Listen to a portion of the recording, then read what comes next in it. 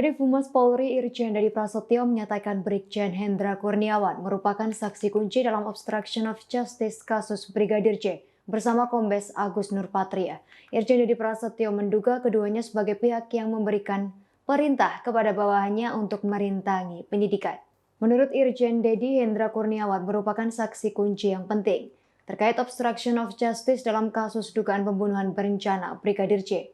Tak sendiri, Hendra Kurniawan bersama Agus Nurpatria merupakan saksi kunci pula. Mereka yang kemudian memerintahkan kepada bawahan. Tindakan kedua mantan anak buah Verdi Sambo tersebut akan diuji dalam persidangan. Dedy menuturkan sidang etik terhadap Brigjen Hendra Kurniawan bakal digelar dalam waktu dekat. Sidang etik rencananya bakal dilaksanakan pada pekan depan. Dikatakan Irjen Dedy, Kapolri Jenderal Listio Sigit Prabowo menginstruksikan agar sidang etik terhadap anggota yang melanggar di kasus Brigadir J harus segera diselesaikan. Kapolri berharap proses penanganan kasus bisa cepat.